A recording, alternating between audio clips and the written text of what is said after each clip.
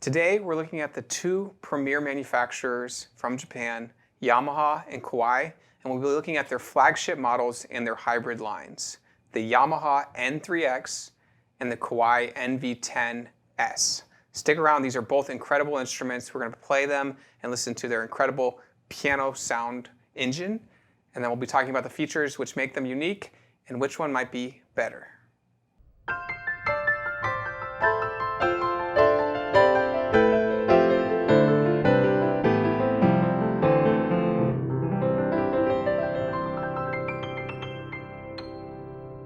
Hi, this is Ted with Alamo Music Center in San Antonio, Texas. I'm Patrick Marr. You can find us online at alamomusic.com. If you haven't already, please subscribe to our YouTube channels, check out our other videos, sign up for notifications, like our videos, leave us comments. We appreciate your support and we love to interact with you.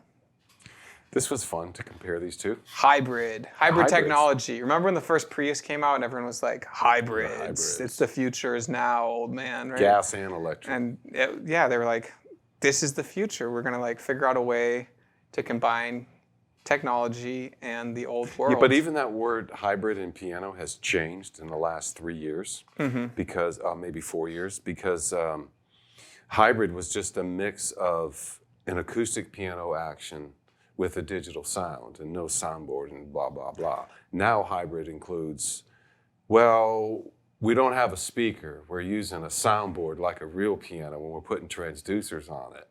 And here we are at the two flagship models of hybrid, and neither one of them really have a vibrating soundboard. It's like when they used to slap gourmet in front of everything, all the foods. It makes it taste better, and you can charge more. And then they were like, what about organic? We can just slap that pretty much on anything. See, big mistake is you called it food.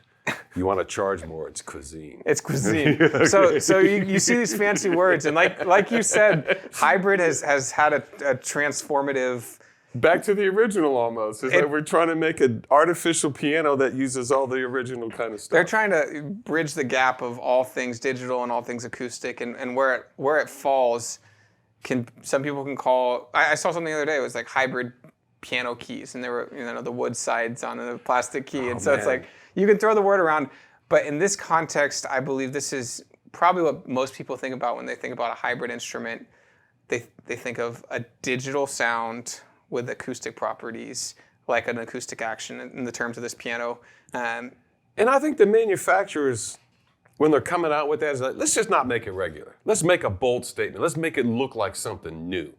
And now, why would you take a grand piano and make it look like an upright and try to sell it as a grand piano? That was one thing that I really, about the NV10S, I wish they did not do that. I wish they came out with a different design box, and I wish they had a soundboard on it like they did the NV5S, which I actually prefer. That is my favorite hybrid digital piano, is the NV5S. Well, so there's different...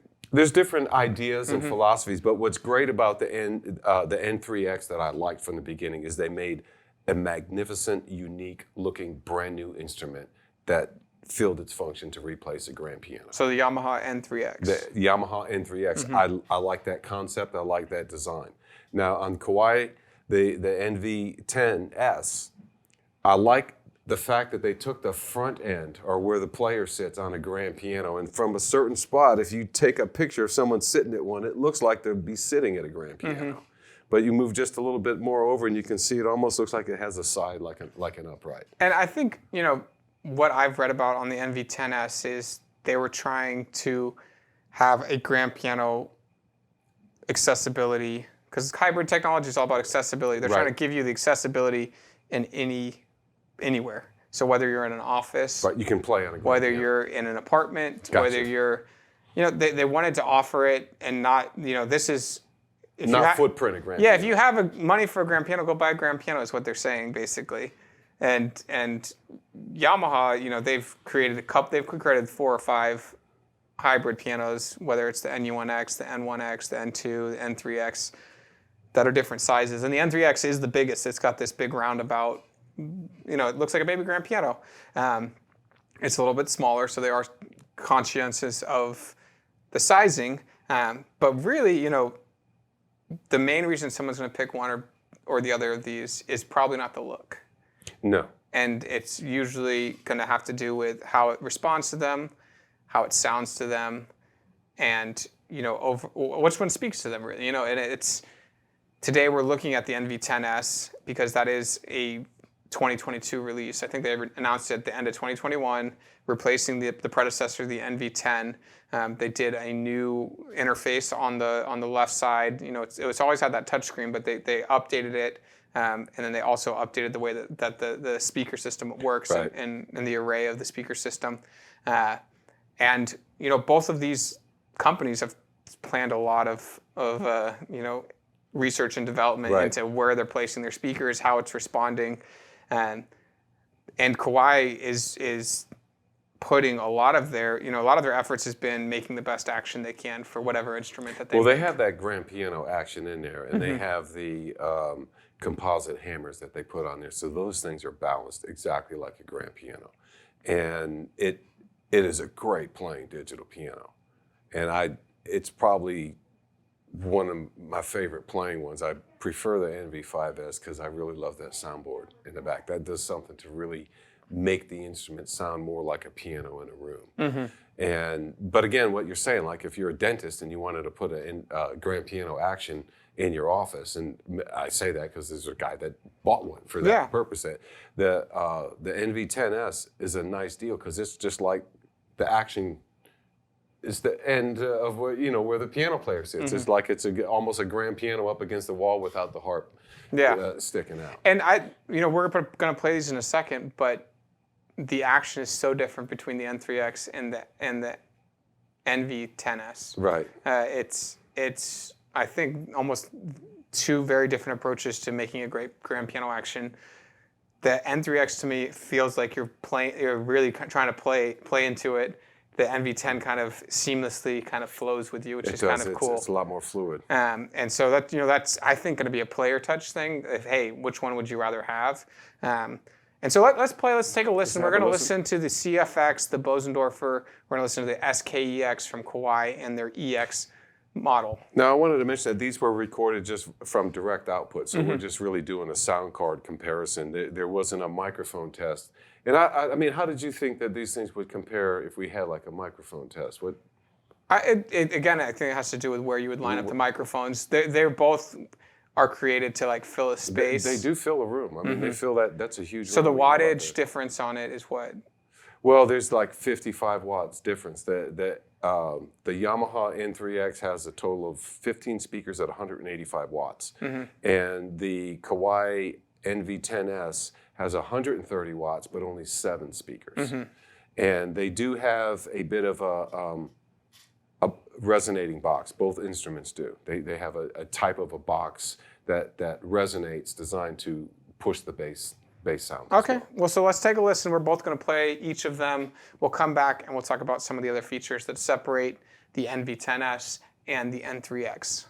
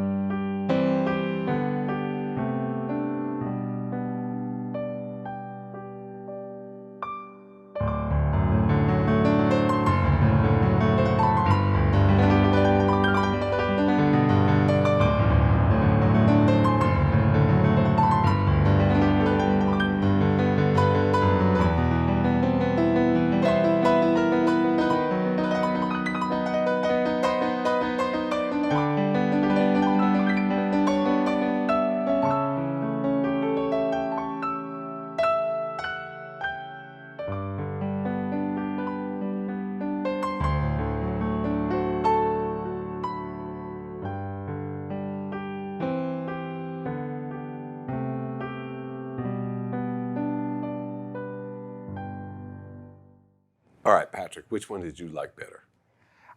As far as functionality goes, it's hard to look past the NV10S because it is a new product. It's a 2021. The N3X has been around since 2016. When you pull the little slide control thing out and try to change the sound, you have to like hold the sound button and hit plus or minus. It feels a little dated. The action doesn't feel dated. The sound doesn't sound dated. The functionality of it feels a little bit like this product hasn't been fully thought out in the 21st century. Where the NV10S, you have a touch screen, you have compatibility with your phone or with an iPad that you can use. There's 21 parameters that you can go in real easily and change the rendering. You can record with it. There's more sounds on it, which is, usually when people are getting these, they're sticking straight to the piano, but the versatility of being able to change what Kawai has, the renderings, there, you can change a whole bunch of different parameters, 21. We've gone over those in a video before, but their virtual technician inside their unit is, I think, hard to overlook as far as... They also have a great Celesta sample in there. Do they? And the N3X does not. Yeah, well, and so you can MIDI into both of these instruments. You can bring your own samples. You can plug in your laptop. You can plug in a sound device. You can use these as controllers. And so I think both the manufacturers are aware of that. They're not trying to flood them with all the different sounds that they've ever had. They're really kind of give you the best and nothing more. And as far as the action, I've become accustomed to the Kawai action as a preference. When you talk about the sound system, though, the N3X I think has a leg up because of that just the spatial awareness of a 15 speaker array. You really, once you start crunking that up, it starts to sound powerful. There's a lot of design, engineering, and incorporation of basic sound functionality that went into that N3X sound system. And then at that point, I think it's important to compare that against acoustic instruments because, not because of the foot space that you're going to be taking up anyways, but it's powerful, and sometimes you can get a really cool acoustic piano that's going to sound more and more like that N3X. Right. Well, the thing on the NV10S that I really like is that rendering. You can go in and personalize that instrument and then store it and keep it. That's the real true advantage to that, is because it's not just like you get what they give you. You can go in and alter and change. You can make it yours a little bit. Right, you can make it yours, personalize it a lot. And so, there is a big price jump between these two as well. So this isn't kind of apples to apples. These are just what these manufacturers have offered as their highest end hybrid when you think of the context of acoustic action and digital samples. Both the manufacturers do offer full acoustics that have additional digital technology, which is kind of the other side of hybrid technology. So you can get a full, a 5'11" piano with a full digital sound on it and play through transducers. Yeah, play through transducers. There's a lot of technology. The RS system with Kawai, Yamaha has the transacoustic. So there are other options. This isn't the only option as far as hybrid goes. But these are what we see as big options of, hey, I'm looking for something I can put headphones on that I don't have to tune, that's ready to go right out of the box and be the best thing that has the action and the feel of an acoustic instrument. So if you guys have owned a hybrid piano before, we'd love to hear your take on both the N3X and the NV10S. Maybe you've played these in stores, maybe you've owned one. But let us know what you guys look for. What are the features that are important? Again, I think the action and the sound are the two that are going to lead your decision ultimately. Response, yeah. And these two instruments have very different responses. I think both manufacturers kind of wear it on their sleeves. Hey, we feel like this. We feel like this. Which one do you like? And so I'd highly recommend going in and trying these instruments if you can, and not just taking our word for it. No, they're fun to play. They're a lot of fun, and it's a treat because you're playing two instruments that one's over $20,000 and one's around $15,000, $16,000. So incredible instruments, lots of fun to test drive. We have a great time playing them. Yeah, they're unique to the world. They're great instruments. So let us know what you guys think. Leave some comments. If you'd like us to review these against some other hybrid, please let us know. We love to go and find the best instruments we can and bring them to you. Again, this is Ted Barcelou. I'm Patrick Marr here at Alamo Music Center in San Antonio. Make sure you're subscribed to see more of our great content, and we'll continue to make it for you.